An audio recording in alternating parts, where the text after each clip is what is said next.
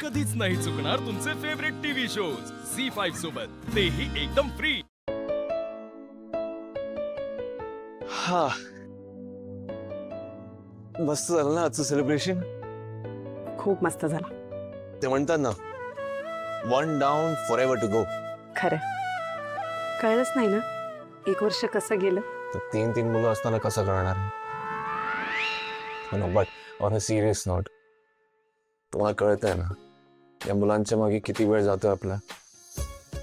एकमेकांकरता वेळच मिळत नाही आपल्याला. पण आजचा दिवस आहे ना. आणि मी काय म्हणते, आपण ना एक अशी पद्धतच सुरू करूया. कितीही काही झालं, कितीही काम असलं ना, तरी ॲनिव्हर्सरी एकत्रच घालवायची. Done. You know what, just imagine आपण दोघं जखम म्हातारे झालेले असू आणि असं थरथरत्या हाताने 100व्या अॅनिव्हर्सरीचा केक कापू. काय काय भारी वाटेल ना. बापरे, 100? ना तुम्हाला कंटाळा नाही येणार माझा? नाही बा, तुम्हाला येईल का? नाही हो, 100 काय, मला तर 700 वर्षात पण तुमचा कंटाळा नाही येणार. 700? हो, एका जन्माच्या 100 अॅनिव्हर्सरी म्हणजे 7 जन्माच्या 700 नाही का? द्या, मी ठेवतो.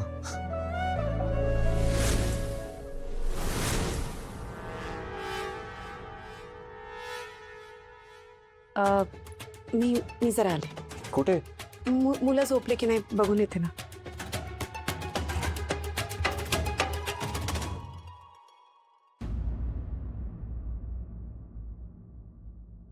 संकट आलं होतं ना तुमच्यावर, जेव्हा तुमच्या बाजूने उभी होते मी. तुमची साथ नाही सोडली, सून म्हणून कधीच कुठे कमी नाही पडले मी. पण जेव्हा माझी बाजू घ्यायची वेळ आली तेव्हा तुम्ही काय केलं? माझं मंगळसूत्र ओरबाडून घेतलं, मला घराच्या बाहेर हाकललं. का असं वागलात? शोभतं का तुम्हाला आई, हे सांगा ना. आई झोपला नाहीत अजून? नाही. बरं, तुम्हाला गरम दूध आणून देऊ? नको.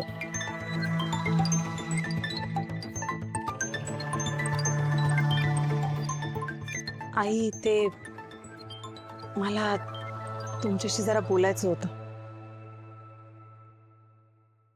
थँक्यू म्हणायचं होतं तुम्हाला. आज आमच्या अॅनिव्हर्सरीच्या दिवशी तुम्ही औक्षण केलं, मला खरंच खूप बरं वाटलंय. करावं लागलं, काय करणार. माझ्या मुलांनी दुसरा पर्यायच ठेवला नाही माझ्या समोर. असं का म्हणताय हो आई? निदान मला बरं वाटावं म्हणून तरी म्हणा की तुम्ही जे काय केलं ते सगळं मनापासून केलं. का म्हणू? खोटं बोलायची सवय तुला आहे, मला नाही. आय एम सॉरी की माझ्यामुळे तुम्हाला खूप त्रास झाला. बस कर तुझी नाटकं. मला माहिती, मला जळवायला तुला खूप मज्जा येते ना. पहिली अॅनिव्हर्सरी झाली म्हणून एवढी खुश होऊ नकोस. दुसरी होणार नाही, मी होऊ देणार नाही. शब्द आहे माझा. असं का बोलता माझ्याशी आहे? मी असं काय केलं सांगा बरं मला. आता अजून किती दिवस असा राग धरून ठेवणार आहात तुम्ही माझ्यावर? जोपर्यंत माझा मुलगा तुझ्या कचाट्यातून सुटत नाही तोपर्यंत. लकी सारखा आकाशला फसवू नाही शकणार तू. कोर्टातनं सुटलीस रडारड करून, ते पण फक्त बाई आहेस म्हणून. मला माहितीये ना खरी तू काय असते. तुमच्यासारख्या बायकांना आजकालच्या भाषेमध्ये गोल्ड डिगर म्हणतात. आकाशलाही समजेल कधी ना कधी. तोपर्यंत मजा करून घे.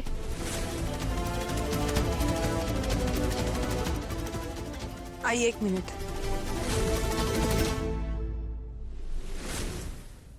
मी आतापर्यंत तुमचा मन वळवण्याचा खूप प्रयत्न केला. कोर्टाने मला निर्दोष मुक्त केलं, तरी पण तुम्हाला मी दोषीच वाटते ना.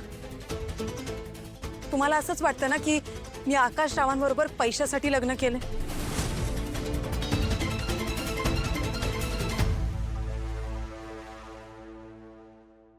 ठीक आहे, तुम्ही तुम्हाला हवं ते समजा. तुम्ही मला गोल्ड डिगर समजा, नाही तर अजून काही समजा, मला चालेल.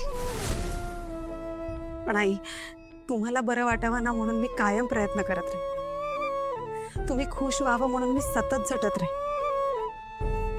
त्या दिवशी मला वाटलं होतं माझ्या वागण्याचं कौतुक कराल तुम्ही. मला म्हणाल, वसुंधरा, आज हे घर तुझ्यामुळे तुटण्यापासून वाचलं. काही आकाशराव माझ्यामुळे घर सोडून नाही गेले, आठवतंय ना? आई, त्या दिवशी जर का मी थांबवलं नसतं ना, तर आकाशराव तुमच्यापासून कधीच लांब गेले असते. तुमचा मुलगा तुमच्याच हट्टामुळे तुमच्यापासून कायमचा दुरावला असता. कदाचित चिनू मनूला पण तुम्हाला भेटता नसता आलो.